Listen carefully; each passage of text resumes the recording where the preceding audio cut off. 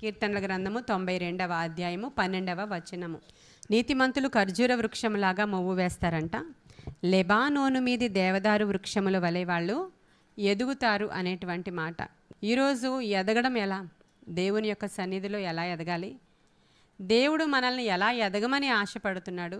దేనికోసం ఎదగాలి? దేనిలో ఎదగాలి? ఎదగకపోతే ఏమవుతుంది?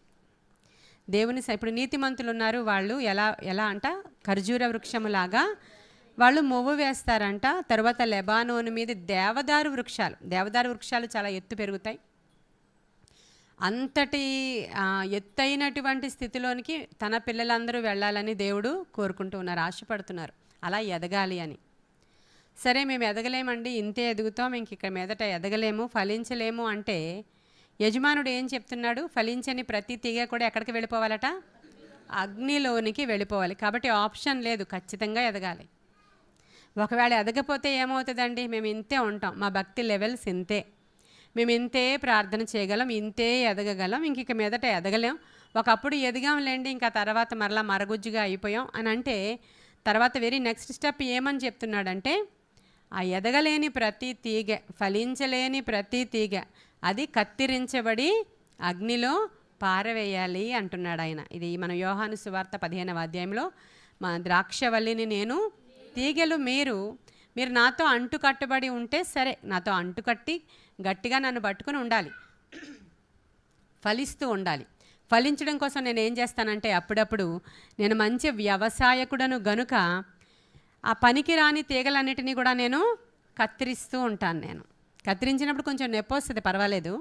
అవి కత్తిరించిన తరువాత మిగతా సారం అంతా కూడా ఉన్నటువంటి ఆ యొక్క మంచి ఆ చెట్టుకి లేదంటే ఆ యొక్క పొదకి, ఆ పాదుకి వెళ్ళి సారము కలిగి అది ఫలించి చక్కగా ఎదిగి ఫలములు యజమానుడికి ఎలా ఇస్తుందో అలా మీరు ఎదగాలని నేను ఆశపడుతూ ఉన్నాను అంటున్నాడు.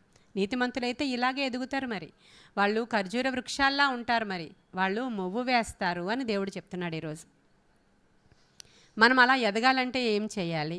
అసలు ఇక్కడ కూర్చున్న మనందరినీ ఒకసారి నేను ప్రశ్న అడిగాను అనుకోండి, మీరు యేసుక్రీస్తు ప్రభువారిని సొంత రక్షకుడిగా ఎందుకు అంగీకరించి ఇక్కడికి వచ్చారమ్మా అని అడిగాను అనుకోండి, ఒక్కొక్కరు ఒక్కొక్కలాగా చెప్తారు. ఒకరు ఏం చెప్తారంటే, ఒకసారి మా ఇంట్లో చాలా భయంకరమైన శోధన వచ్చిందండి, అప్పుడు ఆ శోధనలో నుంచి ఏ దేవుడు రక్షిస్తాడా అని మేము అనుకుంటున్న సందర్భంలో యేసుక్రీస్తు ప్రభువారి గురించి ఎవరో చెప్పారండి, మేము ప్రార్థన చేయగా దేవునిలోనికి వచ్చామండి, అందుకు వెంబడించాము అంటారు. ఇంకొకరిని అడిగారు అనుకో, ఏమోనండి మా తాతగారుల దగ్గర నుంచి మేము అందరము క్రైస్తవులమే, మరి వాళ్ళు వెంబడించారు, తరువాత మా తల్లిదండ్రులు వెంబడించారు, మేము వెంబడిస్తున్నాం, నమ్మకంగా ఉంటున్నాం, అందుకనే యేసుప్రభు వారిలోనికి వచ్చామండి అంటారు. ఇంకొకరికి అడిగితే అప్పుల ఊబిలో చితికిపోయి ఉన్న సందర్భంలో ఎలాగో ఆశ్చర్యమైన సహాయాన్ని యేసయ్యే పంపించారండి, అందుకని మేము రక్షణలోనికి వచ్చాము అని చెప్తారు వాళ్ళు.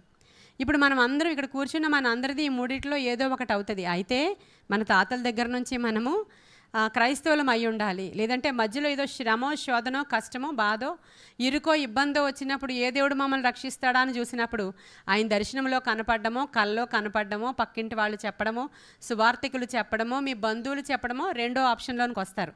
రెండవ గుంపు వారు అలా వచ్చారు. సరే, ఇప్పుడు ఇంకా నేను అడుగుతున్నాను, ఇంకా ఎందుకు వచ్చారు దేవునిలోనికి? ఎవరైనా ఇలాంటి సమాధానం చెప్పాలి, ఏమనంటే ఆయన మాత్రమే సృష్టికర్త అని, ఆయనలో మేము నిలిచి ఉంటేనే నిత్యరాజ్యానికి వారసులం అవుతామని, మేము దాని కొరకే ఎదగడానికి ఈ స్థలానికి వచ్చామండి. హల్లెలూయా. ఈ సమాధానము మన సమాధానం అయి ఉండాలి. ఈరోజు ఈ సమాధానమే మన సమాధానము ఖచ్చితంగా అయి ఉండాలి. ఇప్పుడు ఎందుకండి మీరు నిత్యరాజ్యానికి అంటే, ఎందుకండి యేసుక్రీస్తు ప్రభువారిని నమ్ముకున్నాము అంటే, అప్పు తీరడానికి, వ్యాధి తీరడానికి, బాధలు పోవడానికి, మా ఇల్లు కట్టుకోవడానికి, మేము అంటే రోజు మా అప్పులన్నీ కొట్టివేయబడి ఆశీర్వదింపబడడానికి అనేది రాంగ్ ఆన్సర్. మీకు అర్థమవుతుందా? ఆయన వరుడుగా ఉన్నాడు, సంఘమంతా వధువు సంఘంగా ఉంది, మనము ఆయన కొరకు సిద్ధపరచబడిన కన్యక వలె మనము సిద్ధపడుతూ యెరూషలేము, నూతన యెరూషలేము పట్టణము కొరకు ప్రతిదినము కూడా ఎదుగుతూ, మీకు అర్థమవుతుందా? ప్రతిదినము కూడా దేవుని ఆవరణలో వర్ధిల్లుతూ, ప్రతిదినము కూడా సిద్ధపాటు కలిగి ఆయన రాకడ కొరకు ఎదురు చూస్తున్నాము. నా ప్రియుడు కొరకు మేము కనిపెడుతున్నాం అనేది రైట్ ఆన్సర్. ఇప్పుడు ఇది ఇక్కడ కూర్చున్న వారి మనందరి యొక్క నిరీక్షణ అయి ఉండాలి. ఈరోజు మార్చుకోవాలి మీ యొక్క హృదయాన్ని. అప్పు తీరడానికో, బాధలు పోవడానికో, మీ ఇంటి వాళ్ళందరూ రక్షించబడ్డానికో, లేకపోతే ఇంకా ఇంకా ఆశీర్వాదం, ఈ సంవత్సరం ఇంకా బ్లెస్సింగ్స్ ఇచ్చేయండి ప్రభా, ఇంకా మోర్ బ్లెస్సింగ్స్, ఇంకా పవర్ఫుల్ బ్లెస్సింగ్స్, ఇంకా కారు కొనుక్కునే బ్లెస్సింగ్, ఇంకా ఇల్లు కొనే బ్లెస్సింగ్. ఇదంతా ఎలా ఉంటుందంటే ఇల్లు ఓడవడం, తొడవడం, అంట్లు తోవడం కోసం పెళ్లి చేసుకున్నట్లు. అసలు రైట్ ఆన్సర్ ఏంటంటే, మనకి మరణము నుంచి తప్పించి సాతాను రాజ్యము నుంచి విడిపించి ఆయన మరలా రానై ఉన్నారు. నిత్య రాజ్యానికి మనము వారసులము అవ్వాలంటే మనము దేవునిలో ఎదగాలి. అయితే మిగతావన్నీ మనకు అనవసరమా పాస్టమ్ గారు? మరి మాకు అప్పు తీరొద్దా, వ్యాధి పోవద్దా, మా పిల్లల పెళ్ళిళ్ళు అవ్వద్దా, మరి మాకు ఇవన్నీ ఎవరు చేస్తారు? మేము దానికోసమే కూర్చుంటే అంటే దానికి కూడా దేవుడు ఒక సూత్రం చెప్పారు. ఏమన్నారంటే, మొదట మీరు నా నీతిని రాజ్యాన్ని వెదికితే అప్పుడు మిగతావన్నీ మీకు తోకలాగా వెనకాల వచ్చేస్తాయి. మీరు దానికోసం మీరు అడగాల్సిన అవసరత ఖచ్చితంగా లేదు. మీరు మొదట నా నీతిని, నా రాజ్యాన్ని వెదకడము ప్రారంభించాలి. దేవుని దయలో వర్ధిల్లాలి. అనుదినము మీరు మొవ్వు వేయాలి. నాతో అంటుకట్టబడి ఉండాలి. నాలో ఫలించాలి. ఫలాలు మీలో కనిపించాలి. అప్పుడు మీరు ఎదగాలి. మీరు అనేకులను నా తట్టు ఆకర్షించాలి, తిప్పాలి. మీరు సిద్ధంగా ఉండాలి. అప్పుడు మీరు నిత్యరాజ్యానికి వారసులు అవుతారు. ఇక్కడ కూర్చున్న మీ అందరి ఒపీనియన్ ఈరోజు మార్చుకోవాలి. ఎలా అంటే, ఆశీర్వాదం కోసమే దేవుడు కాదు. నేను ఎంత ప్రార్థన చేస్తున్నాను, నా రోగం పోవడానికి ప్రార్థన చేస్తున్నా, ఆస్తి రావడానికి ప్రార్థన చేస్తున్నా, మా పిల్లలు మారడానికి ప్రార్థన చేస్తున్నా, అందుకు దేవుడు కాదు. మనల్ని ఈ యొక్క అంటే దుష్టత్వము నుంచి విడిపించి నిత్యరాజ్యానికి నడిపించడానికే మన దేవుడు అంటే మరలా రానై ఉన్నాడు. ఆయన రాకడ కోసం మనం అందరము సిద్ధపడి, అలా మనం సిద్ధపరచబడిన వారమై ప్రతిదినము ఎదగాలంట దేవునిలో. ప్రతిదినము ఎదగాలి. ఎలా ఎదగాలి? దేనిలో ఎదగాలి అంటే, ఒకసారి 1వ సమూయేలు గ్రంథము 2వ అధ్యాయం 26వ వచనం తెరవరా. బాలుడైన సమూయేలు ఇంకనూ ఎదుగుచు యెహోవా దయయందును మనుష్యుల దయయందును వర్ధిల్లుచుండెను. హల్లెలూయా. బాలుడైనటువంటి సమూయేలు ఇంకనూ ఎదగాలి అని చెప్తున్నాను కదా నేను ఈరోజు. ఇంకనూ ఎదుగుచు యెహోవా దయలో, మనుష్యుల దయలో ఆయన రోజు కూడా వర్ధిల్లుతున్నాడు అంట. ఎలా వర్ధిల్లుతున్నాడు? తన తల్లి పాలు విడిచిన తరువాత సమూయేలును తీసుకొచ్చి షిలోహు మందిరంలో విడిచిపెట్టేసిన తర్వాత బాలుడైనటువంటి సమూయేలు అక్కడ దేవుని మందిర ఆవరణలో ఎదుగుతున్నాడండి. మందిర ఆవరణలో దినదినము ఎదుగుతూ ఉన్నప్పుడు ఏలీకి ఎంతో నచ్చాడు, దేవునికి ఎంతో నచ్చాడు. ఒక దినాన దేవుడు సమూయేలుతో మాట్లాడాలి అనుకునేంతగా ఎదిగాడు ఆయన. అంటే ఆ దినాలలో అసలు దేవుడు మనుష్యులతో మాట్లాడడం మానేసిన దినాలవి. ఎంత ఎదిగిపోయాడంటే దేవుడే వచ్చి మాట్లాడేటంతటి ఆత్మీయతలోనికి సమూయేలు ఎదిగాడండి. ఆ దేవుడు దయలో అతను రోజు కూడా వర్ధిల్లుతూ ఉన్నాడంట. దేవుని దయ మాత్రమే కాదు కానీ మనుష్యుల దయ అని రాయబడి ఉంది అక్కడ.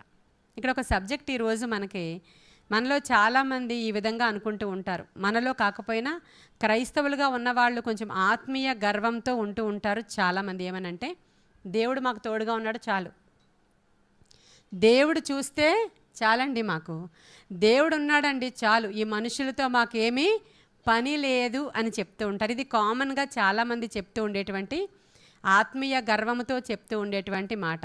అయితే మనుషుల సహాయం ఏం వద్దంటారా? మనకి వద్దా? అసలు కావాలా?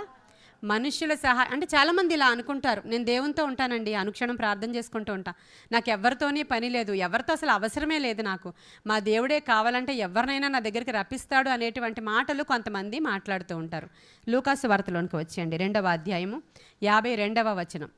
యేసు జ్ఞానమందును వయస్సునందును దేవుని దయందును మనుషుల దయందును వర్ధిల్లుచు. చాలండి. యేసు ప్రభు వారి గురించి రాయబడి ఉందండి అక్కడ. యేసుక్రీస్తు ప్రభువారంట పుట్టిన తరువాత జ్ఞానములో ఎదుగుతున్నారంట, వయస్సులో ఎదుగుతున్నారంట, దేవుని దయలో అంతవరకు బాగుంది. తర్వాత ఏముంది? ఎవరి గురించి రాయబడి ఉంది?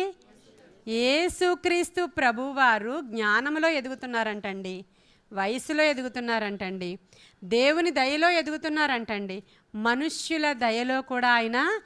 ఈ మాట విన్నప్పుడు మనకు ఆశ్చర్యం అనిపిస్తుందా లేదా? మనుషుల దయ ఉండాలంటారా?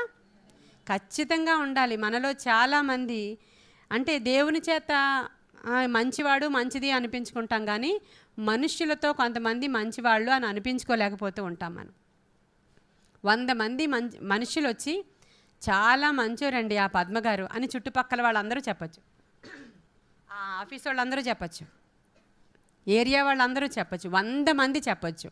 దేవుడి సన్నిధిలోనికి వెళ్ళాక ఆమె మంచిది కాదు అంటే అది మనకి చాలా బాగుంటుందా?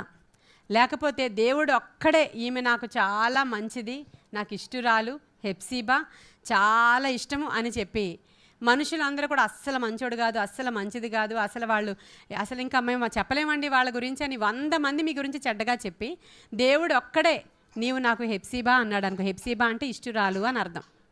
నీవు నాకు ఇష్టురాలువి అన్నాడు అనుకోండి, అది బాగుంటుందా లేకపోతే రెండోది బాగుంటుందా? దేవుడే మనల్ని మెచ్చుకుంటే చాలా బాగుంటుంది, కానీ ఇక్కడ 2 ఉండాలి అని బైబిల్ సెలవిస్తూ ఉంది.